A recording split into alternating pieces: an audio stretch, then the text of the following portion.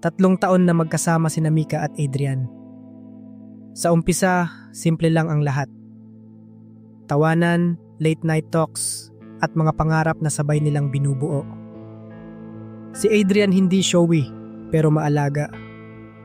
Yung tipong hindi mo mapapansin agad. Pero ramdam mo ang kanyang kalinga.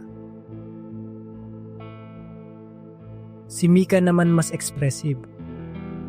Masaya kasama, pero mabilis din magtampo. Sa tuwing nag-aaway sila, isa lang ang sinasabi ni Adrian. Aalis muna ako. Balik na lang ako mamaya. At sa bawat pagkakataon, naniniwala si Mika. Kasi para sa kanya, ganun naman talaga lagi. Aalis sandali at babalik din. Habang tumatagal, nagbago ang rhythm ng relasyon nila. Mas naging busy si Adrian sa trabaho. Mas madalas siyang overtime.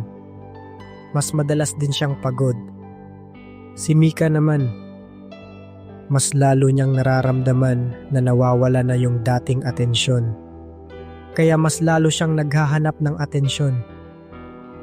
Mas madalas ang tampo. Mas humahaba ang katahimikan tuwing may arguments. Isang gabi, hindi na niya napigilan. Hindi ka na tulad ng dati. Hindi mo na ako mahal. Tahimik lang si Adrian. Nakatitig sa sahig. Halatang pagod. Hindi lang sa trabaho, kundi sa lahat. Sandali siyang nag-isip bago sumagot. Ginagawa ko naman lahat, Mika. Sagot ni Adrian na parang nanghihina. Pero para kay Mika, hindi sapat ang lahat.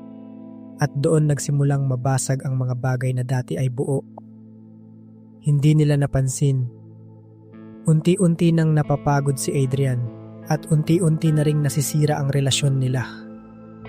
Isang gabi, dumating ang puntong hindi na nila kayang iwasan ang away. Hindi ka na nga halos umuuwi, hindi ka pa marunong mag-update, sigaw ni Mika. Isang chat lang, hindi mo pa magawa. Tahimik muna si Adrian.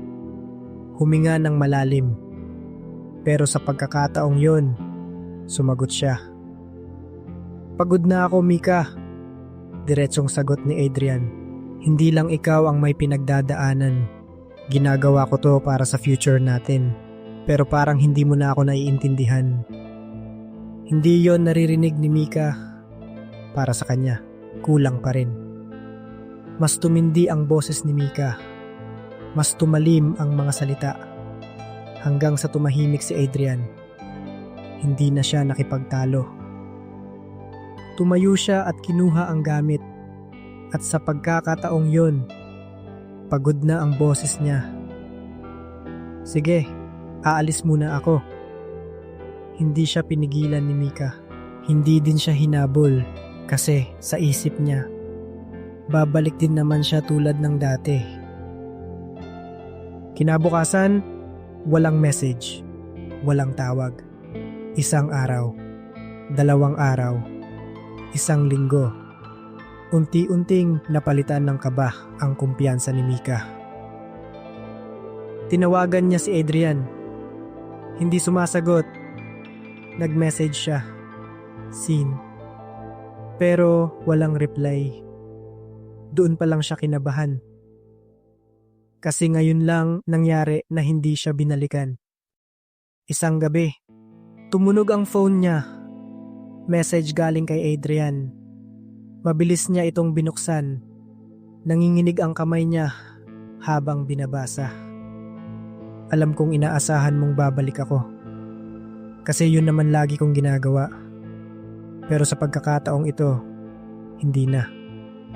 Hindi dahil hindi na kita mahal, kundi dahil pagod na ako. Pagod na akong maramdaman na kulang pa rin ako. Kahit ginagawa ko naman lahat. Hindi na tayo okay, Mika. At mas masasaktan lang tayo kung ipipilit pa natin. Kaya ito na huling paalam ko. Doon tuluyang bumagsak ang mundo ni Mika. Walang kasunod. Walang babalik na lang ako mamaya. Nabitawan niya ang phone.